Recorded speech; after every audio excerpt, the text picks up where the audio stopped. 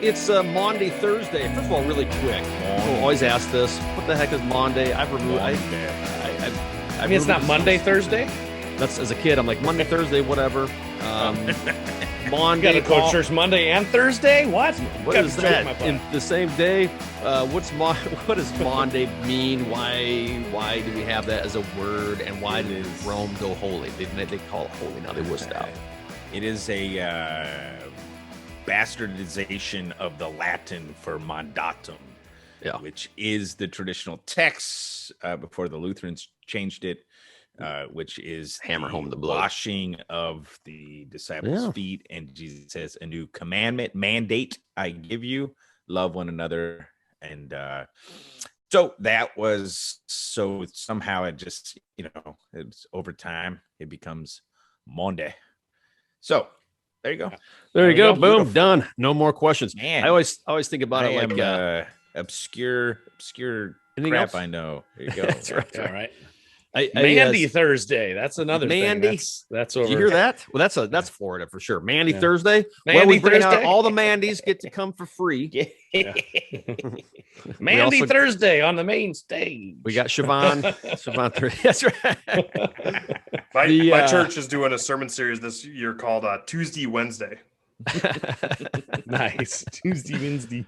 I love these words though that the service is all done in Latin. So a lot of these words came from the common guy who hears the whole service, doesn't know what that's going on. It's all in Latin, doesn't speak it anymore. So mandatum, eventually some rednecks in there listening like Manda. He's like, what was that all about? Some Maundy something there. And then eventually it just becomes Maundy. And like the mass, like that's a stupid name for the church service. It's literally from the Latin for the last thing the priest says. And they don't know Latin. So at some point, these guys are like, what was that? I just heard it's the mass. He says mass at the end. I don't know. And it's time to go.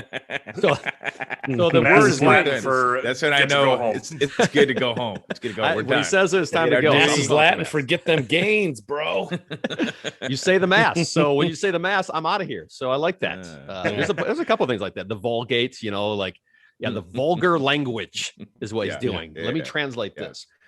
All right. Let's stay right there on Maundy Thursday. And look to when we do that, some people said Ross had an interesting topic.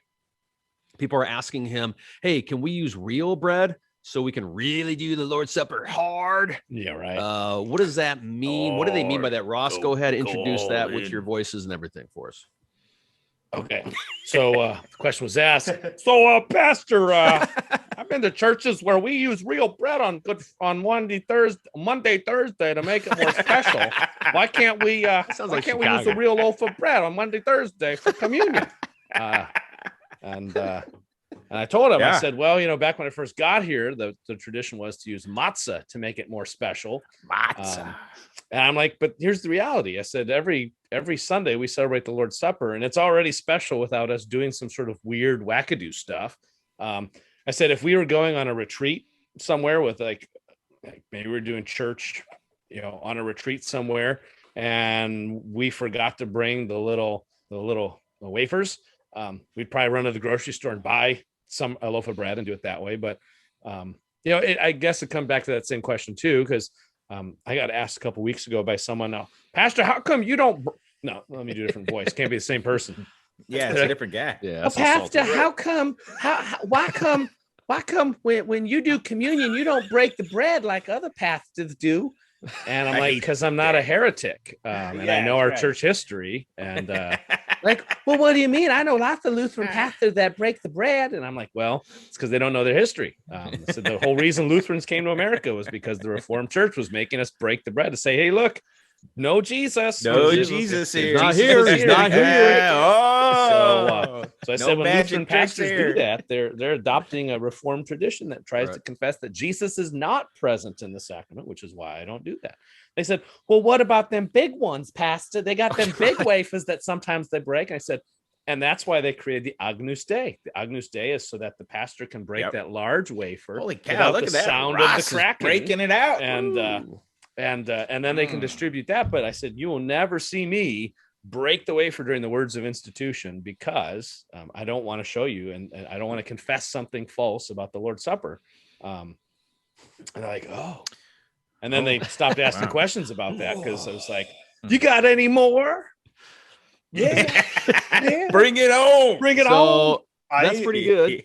They're like, can we transfer to one of them other churches that break the bread then?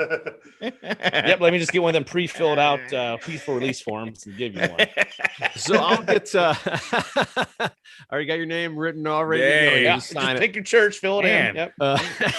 Ross is killing it today.